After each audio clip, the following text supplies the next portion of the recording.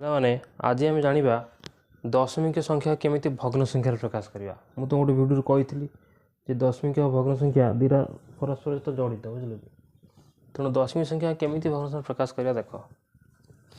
ଧରାଯାଉ ମୁଁ ଲେଖିଲି ଏଠି 0.8 ହେଲା। ଇଏ ଗୋଟାଏ ଦଶମିକ ସଂଖ୍ୟା, ତାକୁ ଭଗ୍ନ ସଂଖ୍ୟା କେମିତି ପ୍ରକାଶ କରିବି? ଏଇ ସାରଣୀ ତ ମନେ ଅଛି, 10.8 तार बाँ पाखर 0 अच्छे ये 0 देदेव एटी तो डाण पाखर कौन 8 8 8 अच्छे कौ घरटा अच्छे दशांश घर दशमिक बिंदु ठीक डाण पाखटा दशांश सारण देख मन थी तुम पूर्व पढ़ा होता 8 लिखिदेल 0 1 जे के खाली 0 मिशाण दबार मिशाण 8 दशांश दशांश मान पढ़ी तुम 8 युक्त 10 बोली आगुरी 10 है ना पढ़ कही पूर्व जे दशांश अर्थ धरा लिखाई 2 दशांश के 2 व्यक्तक 10 से 8टा कौ घर अच्छे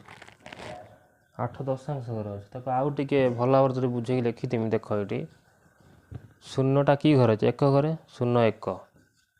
0 1 जे खाली 0 0 1 कौन कि रही भैल्यू रही मिशाण दे लिखा के 8 कौ घर अच्छी दशांश घर लिखा 8 दशांश लिखिदेले आम ये 8 दशांश 8 दशांश लिखले है 0 1 जे खाली 0 तार किसी भैल्यू ना बेस है 8 दशांश जे के आम जानते के ना 8 विभक्तक 10 पूर्व मुझे कही सारी दशांश मान 10 रही बर्तमान पिला देख कि मिसेवा जी हम आम जाणीजा ये गोटे दशमिक संख्या भग्न संख्या प्रकाश होगा बोली पाने आम जानते 2 रे 0 मिसेले के 2 जेकोण संख्या 0 मिसाओ से संख्या बाहर से भाया ये 8 विभक्तक 10 मुझे 0 मिसाई के ये 8 10 हम कारण पढ़ी जेकोण संख्यार 0 मिसेले से संख्या तो जो 5 रे 0 मिसेवा उत्तर के 5 हम ना से भाया 8 विभक्तक 10 0 मिसेले से 8 विभक्त 10 हम तेणु बर्तमान देख ये गोटे था दशमिक संख्या होगला कि संख्या भग्न संख्या बुझीपाल आगे सारणी फिलअप कर को बसैब देखिए लिखे मिसेदे आ गोटे एग्जांपल देख नौ केमी हम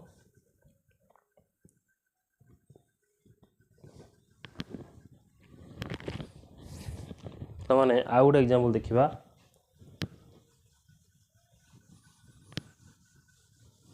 तार जो अच्छी 0.4 इंग्लिश लेखाटा को 4 अच्छे आम लिखिले ये सारणी बर्तमान ताको लिखिदेले लिखिदेला 0टा कि घर अच्छे 1 घर अच्छे लिखा 0 1 मिशाण दबा ये कि घर अच्छे 4 दशांश घर अच्छे लिखा 4 दशांश लिखिदेले एबे हम कौन करिया जानिछ ये कौन तुम कर बर्तमान एटा को तुम जो 0 1 लिखिल से 0 1 बर्तमान कौन भैल्यू तुम जानिछ जे 0 1टा जे तुम खाली 0 बोली लिख है मिशाण 4 दशांश जे केते आम जानी ना 4 विभक्तक 10 ताले 4 विभक्तक 10 0 मिसिले केते से 4 तो 10 हम कौन हम उत्तर कही सारी पूर्व टिके गोटे प्रश्न जो करी पूर्व जेकोण संख्या 0 मिसिले से संख्या हुए तो जब एतिक 0टा मिसेवा से रही उत्तर तेणु बर्तमान ये जो थिला दशमिक संख्या बर्तमान से भग्न संख्यार प्रकाश होगला आ गोटे प्रश्न से देख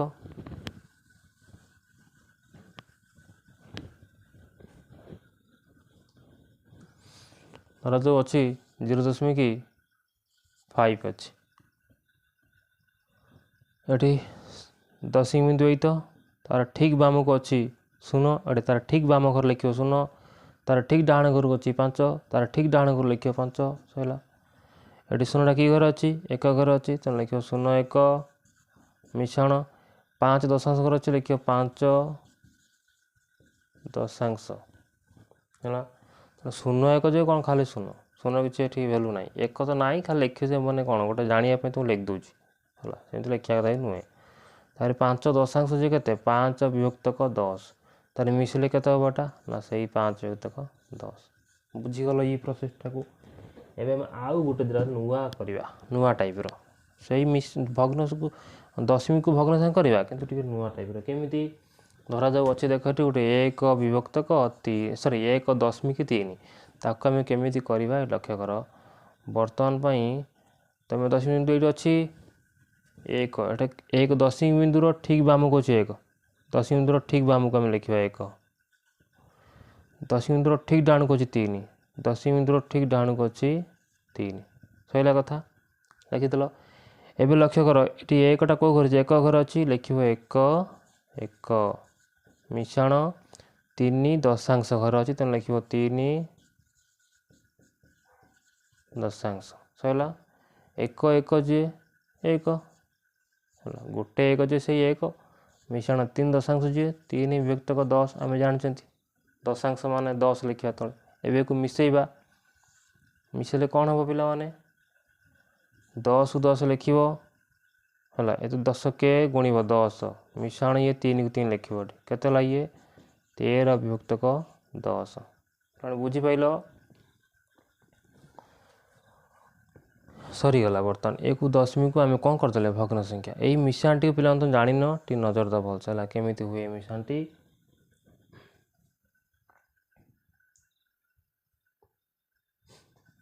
ବୁଝିଲ 10 ଅଛି 10 10 ଲେଖିଦେବ 10 ଗୁଣି ଦେବ 10 କେ 10 ଇଏ 3 କୁ ଲେଖିବ ମିଶେଇକି ମିଶାଣ ଦିନ ଦେଇଛି ମିଶାଣ ଦେବ 3 10 3 13 ବିଭକ୍ତକ 10 ହେଲା ଆଉ ଗୋଟେ ଆମେ ଉଦାହରଣ ନେଇପାରିବା ସେଇଭଳି 2.8 ଏଠି କ'ଣ କରିବା ବର୍ତ୍ତମାନ ଏଠି ଲେଖିଦେବ 2 1 ଘରେ ଦଶମିକ ବିନ୍ଦୁର ଠିକ୍ ପାଖ ଘରଟା ବାଁ ପାଖକୁ ଅଛି 1 ଲେଖିଲ 8 କେଉଁ ଲେଖିବ ଠିକ୍ ଡାହାଣ ପାଖ ଘରକୁ ଲେଖିଦେଲ ତାପରେ ଆମେ କ'ଣ କରିବା ଏଟା କି ଘର ଅଛି ଲେଖିବ 2 1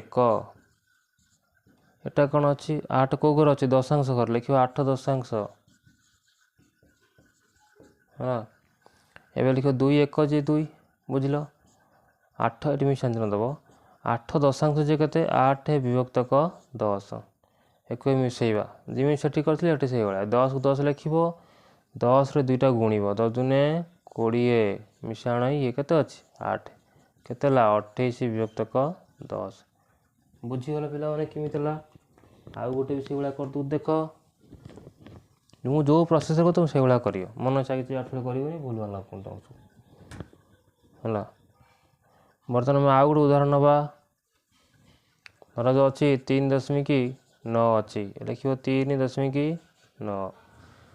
ଏଠି ଠିକ୍ ଲେଖିଦେଲେ ଯେମିତି ସାରଣୀରେ ବସେଇଦେଲା ପରେ ଏଇଟା ହେଲା 3 ଏଇଟା କି ଘରେ 1 ଘରେ ଲେଖିବ 3 1 ଏଠି 9 ଦଶାଂଶ ଘରେ ଲେଖିବ 9 ମିଶାଣ ଦେଇକି ଲେଖିବ 9 ଦଶାଂଶ 3 1 ଯିଏ ସେଇଭଳିଆ ମାନେ 3 1 ମାନେ 3ଟା 1 ମାନେ ମିଶିଲେ କେତେ ହେବ 3 ହେବ ଲେଖିଲ 3 1 ଏଇଟା ଆଉ ଥରେ କହୁଛି ମନ ଦେଇକି ଶୁଣ 3 1 ମାନେ 3ଟା 1 କୁ ମିଶାଇଲେ କେତେ ହୁଏ 3 ହୁଏ ତେଣୁ 3 ଲେଖିବ ତାମାନେ 3 1 ଯିଏ 3 ବୁଝିଲ ମିଶାଣ ଦେବ 9 ଦଶାଂଶ ଯିଏ 9 ବିଭକ୍ତକ 10 ଯେମିତି ପୂର୍ବରୁ ଆମେ କରିଥିଲେ ବର୍ତ୍ତମାନ ସେଇଭଳିଆ କରିବା 10 10 ଲେଖିବା 10ରୁ 3 ଗୁଣିବା 10 3